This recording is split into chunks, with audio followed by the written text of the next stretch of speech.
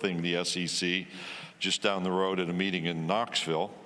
Billy was at Furman when he earned those awards. The Paladins won 2 conference championships. And he played against the University of Montana in the 2001, what was then called 1AA, now FCS National Championship game against the University of Montana. He's a native of Chatsworth, Georgia. He and his wife, Allie, have a daughter and 2 sons. Welcome to SEC Football Media Days, the head coach of the Florida Gators, Billy Napier.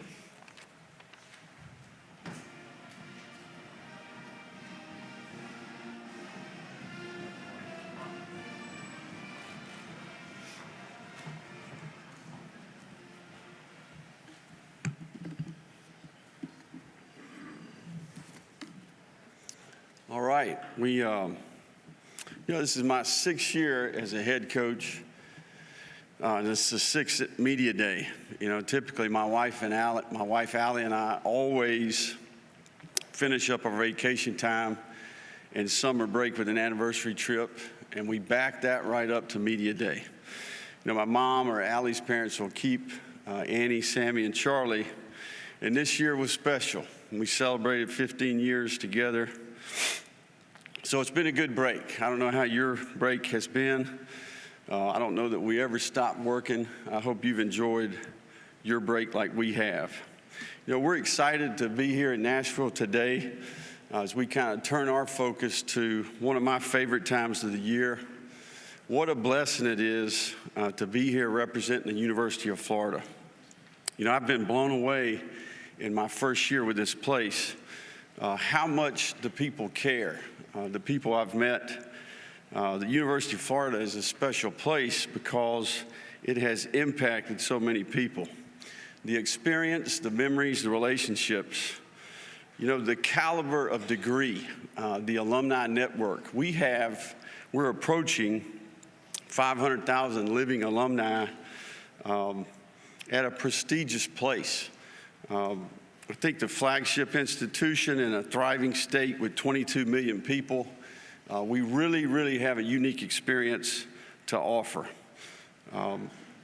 This is a unique combination, a challenging education with an opportunity to compete against the very best in the SEC and be a part of an athletic department that leads the way.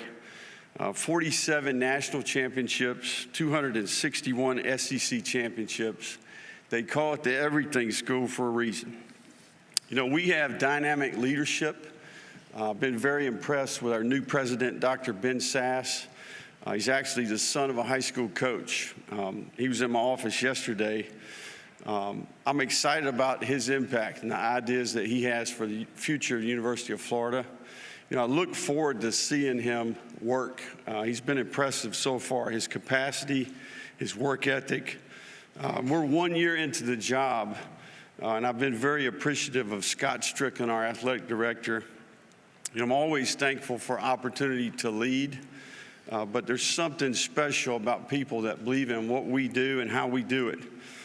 His foresight, his integrity, his example, he's got great discernment, and he's very focused. We continue to be competitive on the national stage at the highest level. And have exceptional people all throughout the UAA. I'm humbled to be a part of an incredible culture of head coaches, a championship pedigree in all 21 sports. What a run this year alone. When you think about gymnastics, track and field, volleyball, swimming and diving, men's golf, baseball. It's an incredible year. It's really a unique opportunity for me to work alongside what I would call some of the absolute legends and the best in their sport. When you talk about Mouse Holloway, Roland Thornquist, Tim Walton, J.C. Deacon, Kevin O'Sullivan, Jenny Rowland, Anthony Nesty, Mary Wise, I'm probably missing a few here, but I've got a ton of respect for the accomplishments, the experience, and the wisdom. I love this league that we compete in. I love this footprint. I grew up in Northwest Georgia. I'm the son of a high school coach. My dad's family's from Tennessee. My dad's from Salina, Tennessee. Got lots of family in Crossville. My mom's parents had a tobacco farm in Sparta, Tennessee. My mom's from Huntsville, Alabama. I spent 13 years in the state of South Carolina. I've got 4 years as the head coach of the University of Louisiana, and now to be the head coach of the Florida Gators. So this is special to me, and I'm humbled with the opportunity. You know, the SEC continues to dominate. The college football playoff, winning 4 in a row, 17 years in a row. They continue to lead picks in the National Football League draft. The attendance, 24 straight years with the most attendance. Stands out to me is the level of commitment and alignment by each institution. You know, their passion, the competition, their desire to win. The margin of error is small in this league. You know, we know that. We lost 5 really close games, one-score games, even into the final few minutes of the game. There's mismatched players, there's quality depth. Combine that with the caliber of personnel, the diversity of scheme, the great coaching. The challenges of going on the road, given the venues and the fan bases. You know, I want to congratulate Commissioner Sankey on the extension. I've really been encouraged by his leadership. He's got an extensive staff, well-deserved, high-level decision-making, complicated problems. This guy's navigated a number of, I think, historic issues in a really unique era, and the SEC is positioned for success to continue that dominance. You know, there's stability and great momentum headed into the 12-team college football playoff. You know, really excited about the player representation that we have here today with us. You know, these guys are here because of feedback from their teammates in all parts of the organization. It's no accident that they're here today. Kingsley Agwakin's a 3-year starter at center. He's a COVID junior. He's an undergraduate degree in criminology last December, and he'll get his master's degree in December in tourism and hospitality. He's an SEC honor roll player, and he's from Jacksonville, Florida. Ricky Pearsall is a senior receiver. He graduates this spring in education sciences. He's an SEC honor roll member. He's from Chandler, Arizona. And finally, Jason Marshall is a true junior cornerback who's an anthropology major. He's an SEC honor roll member. He's from Miami, Florida. You know, the most powerful tool that we have in leadership is example. And these guys are part of an accountability group going all the way back to January that has accepted that challenge. They embody our values. You know, this group has integrity. They take great pride in being a great teammate. They're very disciplined in their approach. They've always been known for their effort. It's a tough group, and I think they've got confidence and belief as a result of a lot of hard work. People are never more committed than their leaders. These guys have a voice on our team. They've got great awareness. They're really intentional about their approach and their ability to influence other people. I'm excited about the energy and the attitude of this accountability group and these 3 guys and what they bring to our team. You know, I think in January, we went through an extensive, detailed review of year 1 at Florida. You know, as an entire organization, each individual, each department, you know, what worked, what didn't work, how do we adjust, how do we adapt, how do we evolve? And we started the process of getting our 2023 team ready to go. You know, this is a new group of players. We have a few new staff dynamics. But one of the things I'm encouraged about is we have 93% of our team was with us in January. We had 27 mid-year players. We've got a great group of veterans that have experience, that have wisdom from the past. We brought in an influx of young talent. And I feel really good about what we did in the portal. You know, we added 10,000 snaps and 123 starts with that group. You know, I'm excited about the compound effect of year 2. You know, the consistency in process, the consistency in our systems. I think we've defined expectations. We've renewed accountability, and there's a different level of discipline, and there's a different level of detail as we work today.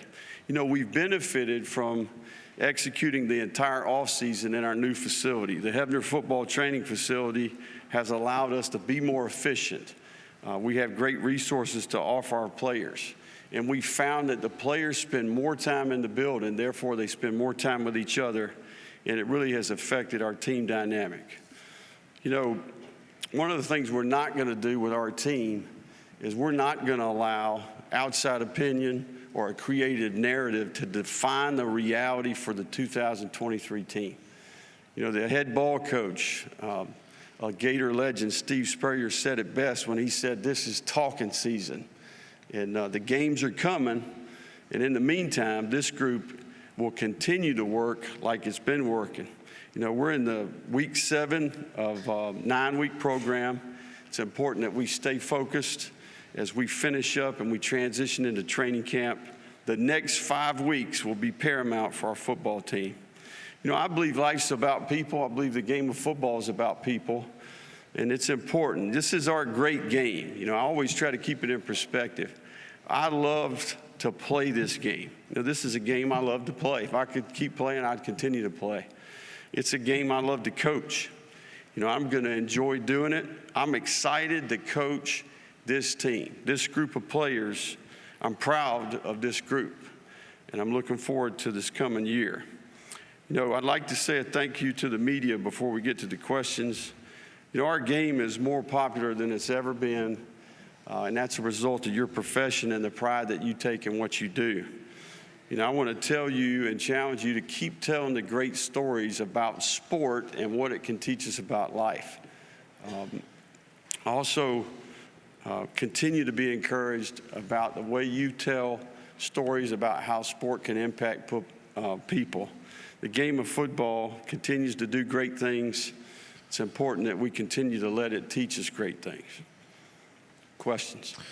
Thank you, Coach. If you have a question, please raise your hand. We'll get a microphone to you. Pam, Aaron, and Asher, please, if you can, stand so we can see you more clearly. We'll start right up here in the middle, right here in the middle of the section in front of me. Lainey. Lainey Michelle, Knoxville News. I wanted to talk to you about how your name came up on the list when looking at probable Tennessee coaches. How does that whole situation make you feel, and how does the entire Pruitt situation make you feel? You know, we were fortunate to have success at the University of Louisiana, and it was really a result of a lot of people's hard work. We had a fantastic staff. We had a great group of players, and that created opportunities for myself and other parts of our staff. And it's humbling. That's what I would tell you. But all the success we've had has been a reflection of a lot of great people's hard work, and thanks for the question. Coach, we're going to go over to our right-hand side, to your right. Coach. Brooks Austin, Dogs Daily. I know you have a pretty extensive offensive background as a coach. The 4-2-5 Mint defense has kind of taken over college football, including your football program. What difficulties does that defense, particularly the front, provide to an offensive staff, and why do we think so many programs are running that defense right now?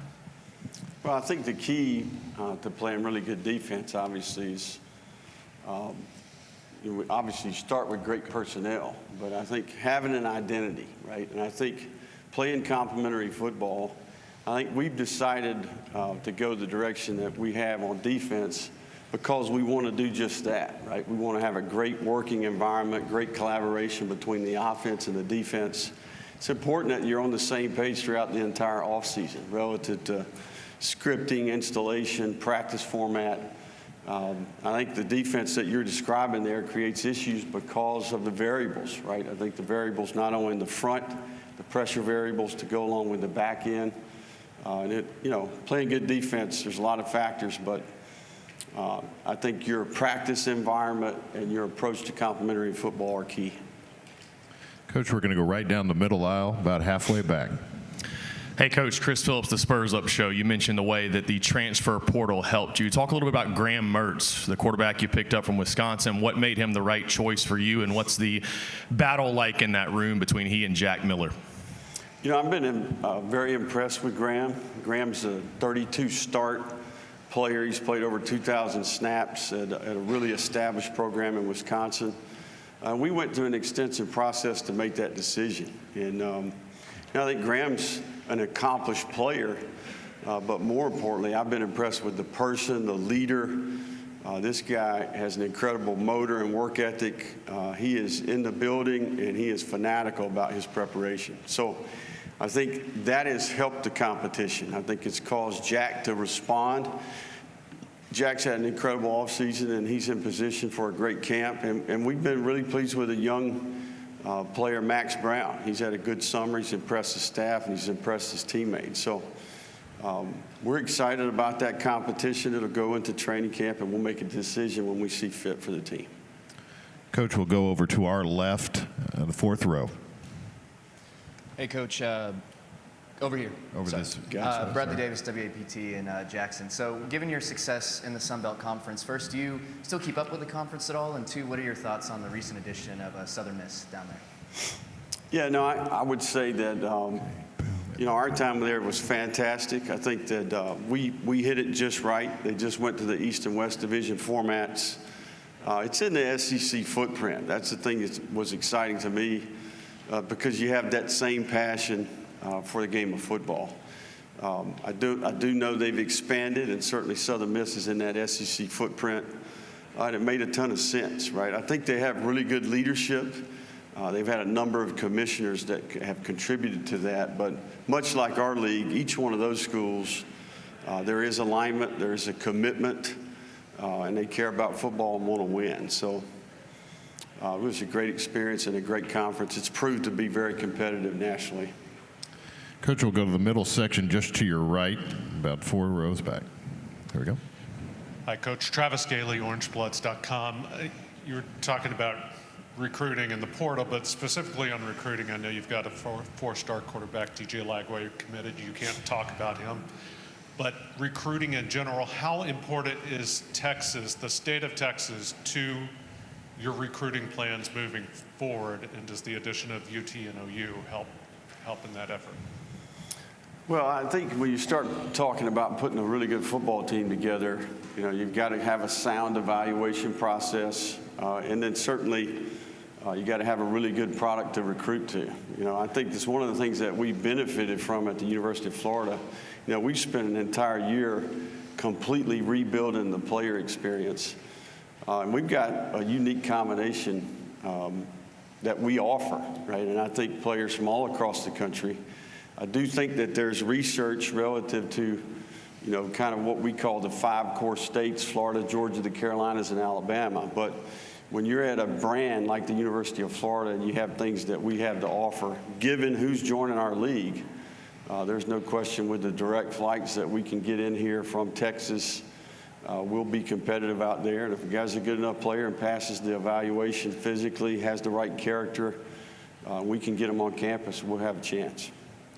Coach, next we'll go right in front of me, just to the left here, over on the left. Hey, Coach. Garrett Chapman, 90% of the game in Atlanta. I know you just signed a 2-year extension with Jacksonville, but would there ever be an interest to make a home-and-home with the Georgia-Florida rivalry, or maybe even turning it into a Jacksonville-Atlanta transition? Well, I think that the Florida-Georgia game is an incredible rivalry. I think there's history there. There's tradition there. There's a ton of economic implications relative to these decisions. We're going to have to cross that bridge at some point due to the renovations in Jacksonville. But there's benefit to a home-and-home from a recruiting perspective, and I think there's also benefit from an economic standpoint for both athletic departments and institutions. So, right now we got 3 more years of the same model. I got enough grass to mow right now, so I'm going to focus on the things that are in front of me. Coach, we're going to go right in front of you. Bob, second row, right in front. Hey, Billy, Bob Holt, Arkansas Democrat. There's been kind of a trend with head coaches who were used to being play callers for a long time, turn that over to a coordinator. I think, and correct me if I'm wrong, you're still going to call your own plays. If that's the case, well, why do you want to keep doing that? And what do you maybe think about the trend of the other guys are getting away from that? Yeah, no, I think it's a relevant question. I think it was part of our evaluation, this offseason. I think like most parts of our organization and our process, we will improve in year 2. I think it's something that we'll continue to evaluate. I like having my hand on the scripts, the installation, that process. I think I can help establish our identity and personality as a team through that process. And I'm always, I think if you get too far away from that, I think that there can be some things from a sustainable and repeatable part. So I'm going to continue to do it, and I think each year, much like all parts of what we do, we'll continue to evaluate. Coach, we'll go all the way to the back of the room, right in front of the camera in the back. All right, Culver Jones, CFBAD podcast. So, Coach, the Utah Utes have not lost at Rice-Eccles since COVID. I was wondering what y'all are going to do to prepare for that game, and also if the altitude is a factor as well in the preparation. You know, one of the things that, you know, we've got a unique schedule this year, and that starts with a Thursday night opener at Utah, and it's a challenging place to play. You know, I spent a year in the Pac-12. I was at Arizona State. We actually went there to play, so have a little bit of a feel for what that's going to be like. But we've got a ton of respect for their program, the brand of football that they play. It's less about where we're playing and more about their brand of football. So there's no question they're one of the more established and successful programs in the country. You know, I do think we've spent a lot of time with our performance team in the offseason researching the altitude. We've done a lot of work with NFL teams that go through that process consistently. We've got a good plan. All of that's already mapped out and ready to go. So it's going to be a great challenge and one that we look forward to. Coach, we're going to go in the center section in front of me, about halfway back. Hey, Coach, Mitch Gibbs, WGSO Radio. Appreciate you doing a couple interviews with me when you were at UL. Really appreciate that. So I got a two-part question. First, I want to ask you about the transition from that conference now to the SEC in your second year. And then, of course, the opportunity to play in Baton Rouge this fall at Tiger Stadium, Death Valley. Your thoughts on that? Yeah, no, I think I've had the transition question quite a bit. I think there's three really variables that were really a big adjustment. There's no question the pace of recruiting. You know, this was my first time at the Power 5 level with early signing period and how that has affected the recruiting calendar, right? The workflow, the evaluation process, the recruitment process. So there's definitely been an adjustment. I think year one to year two, we've made really good improvements in that area. I also think that heck of a year to take over a program, right, with the portal and the NIL coming to the forefront. Those were challenging, right? In particular, you're trying to establish trust in a really short amount of time, and those create a dynamic on your team that can be a challenge, right? So I think we've come up with really good systems to attack those areas.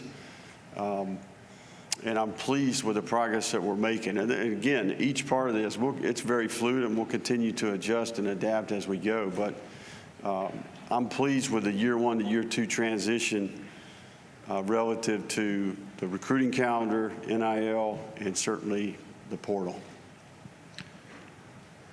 Okay, we're going to go over to the right-hand side. Near out. Hey, Coach. Steve Moulton, WCZN from Huntsville, Alabama. Hope you're doing well. You've talked quite a bit about the portal, and that leads into chemistry, team chemistry. I know it changes from year to year.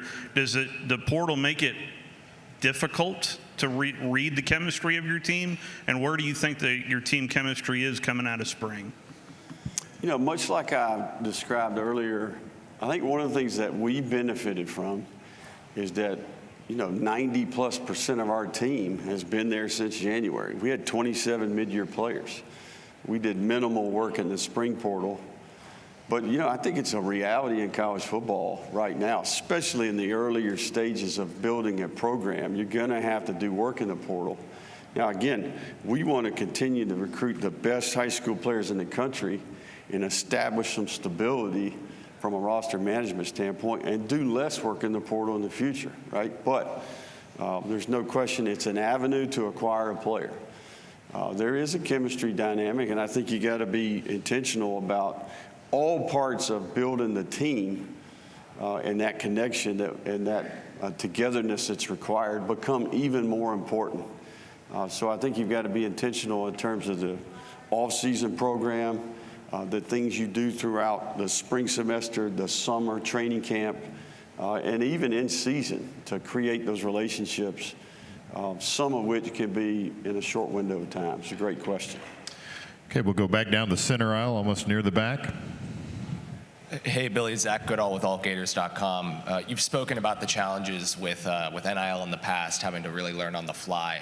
In your position with having to, change partnerships with a collective and just the challenges that you've seen over the past year, could you reflect a bit on some of those and what you've been able to learn from that, and ultimately the progress that you believe you guys have made there? Well, I mean, we've learned a lot. I think every head coach would tell you that. We kind of walked into an unprecedented time in college football, and there was no manual for it, right? So, and listen, this thing continues to change. There's a number of variables that contribute to that, but I can tell you at the University of Florida, I'm very pleased with where we're at. We've benefited from a group called Florida Victorious who has great leadership. I think the state laws have allowed us to go down a better path. I think we're benefiting from that. But we've got great leadership. Again, we're in a state with 22 million people. There's strength in numbers relative to NIL, and I think we've created some great opportunities through this organization that is doing NIL, I think, with class and integrity. They've got a very established process, and I think our players have benefited. And it's helping the Gators, there's no question about it. We have time for a couple more. We've got two in the back and the left-hand side, all the way in the back. Dave Schultz, 103.3, the GOAT from Lafayette, Louisiana. Coach, how can you incorporate the tight end more into Florida's offense? Dave Schultz, long time no see.